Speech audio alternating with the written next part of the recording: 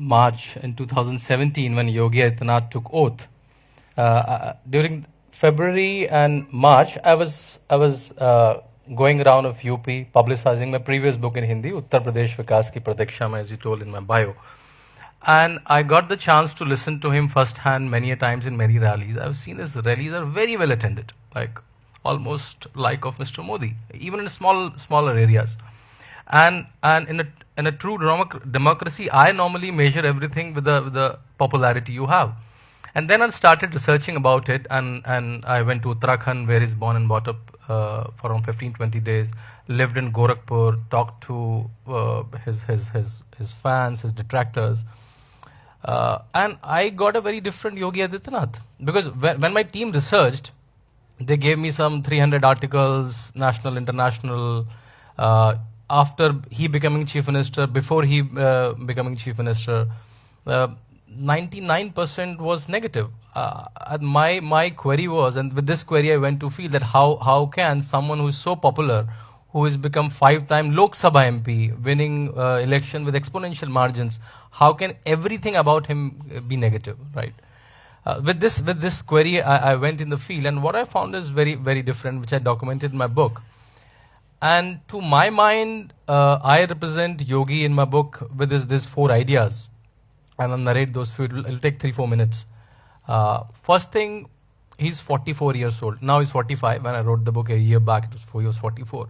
And for some reason, we never heard a title, a young chief minister. For some reason, the saffron robe or whatever construct around in the media. As Abhay said, he used to hate Modi because of the perception he had through media or whatever he read, right? That's our window to a politician or to a leader. So he's a young politician. For some reason, let's say someone like a Rahul Gandhi is young in 47, 48. Akhilesh was young but in 40, but Yogi Adityanath was not young in 44, 45. That's one.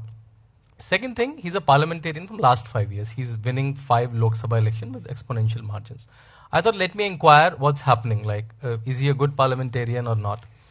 So there are 2 ways you can judge a parliamentarian: how he is doing in the ground and how he is doing in the parliament. These are the 2 places where he has to perform.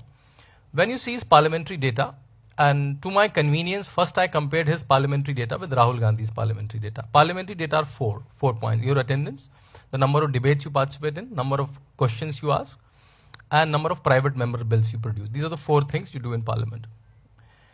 Attendance, like I'll say Rahul Gandhi was here, Yogi Adityanath was here. Number of questions, Rahul Gandhi asked 0 questions.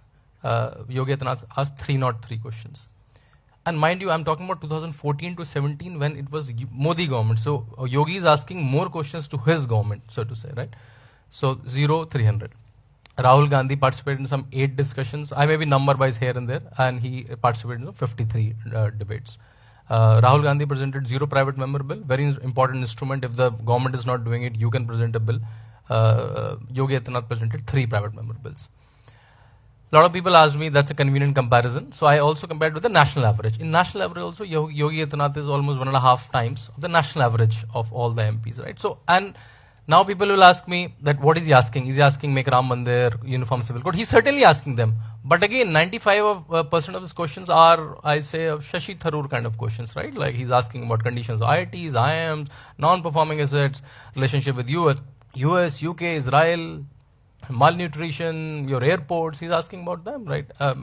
Only thing, because we have only seen certain videos of him given in an electorally charged environment, we have typecasted him certain images. Though I have a detail about those videos and those statements also.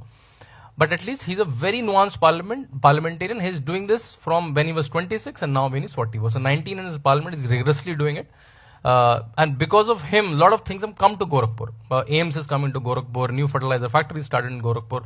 And so that's one. That's his performance in the parliament. Now coming to his constituency, which is Gorakhpur, which is winning from last 5 times. What is he doing there? So he has a very interesting routine. In the morning, he gets up at, in fact, there's a joke when he became, who gets up early, Modi or Yogi? It's 4 or 5, right? So that's kind of disciplined life they live. So he gets up at 4, he does his daily activities. It's like it's a huge mutt there, Gorakhnath mutt. He takes a huge chakkar of the whole mutt. and then he comes back, does his daily activities, comes back to the ground. Around 9:30, he sets a Janta Darbar. So when Akhilesh Yadav or Arvind Kejriwal or Nitish Kumar runs a Janta Darbar, it's become a news. And they are chief ministers, right? Yogi Adityanath is running a Janta Darbar from last 20 years without being a chief minister. 100, 200 people come to his Darbar, so to say. And they come with very normal queries. They don't come to get a petrol pump or to get a tender. They come for their scholarship, their refund, their insurance money. And that office works like a CM office. Letters, phones to DMs, phones to CDOs, and things are getting sorted there. And there visually you can see a lot of Muslims coming there. And on the question is Muslim, I'm sure you will eventually ask me. So the chief architect of the MUT is a Muslim. Half of the shops are given to Muslims. The dean of one of his colleges is Muslim. So I think because people have just painted based on some interviews he must have given or some speeches, they painted up the Muslims in Gorakhpur love him. So that's on field. So he knows, like, and then after the Janta Darbar, he goes to the field. In fact, when I was in one of the Janta Darbar, before he became the CM, one guy was Muslim guy. He was visually Muslim. Was able to see the skull cap and the beard. He was coming with this letter. So if I say this in Hindi, it'll be far more impactful. I'll translate. तो I asked him कि क्या है ये? तो he said ये बाबा की जादुई चिट्ठी है. चाहे नेताजी की सरकार हो या बहन जी की सरकार हो, डीएम काम करेगा ही करेगा. So this is a very UP coded terms. I'll tell you what does it mean. Baba means Yogi Adityanath, called Baba. Netaji means Mulayam Singh Yadav. Bahenji means Mayawati. And DM means district collector. So he said it's a magical letter from Yogi Adityanath. Even if it's a Mulayam government or even it's a Mayawati government, this letter will force the DM to act. So that's kind of clout he has because of his work in the field. Last thing, people blamed him that he's a yogi, he just know puja. Like, can he manage a state like Uttar Pradesh? Just for them, the MUT is managing some 44, 45 institutions. And these are institutions, nursing institution, medical institution, colleges, schools. And he works like a CEO. Like, I've seen he's conducting his meetings, he's signing checks, he's asking what's the performance, how many people are coming, going.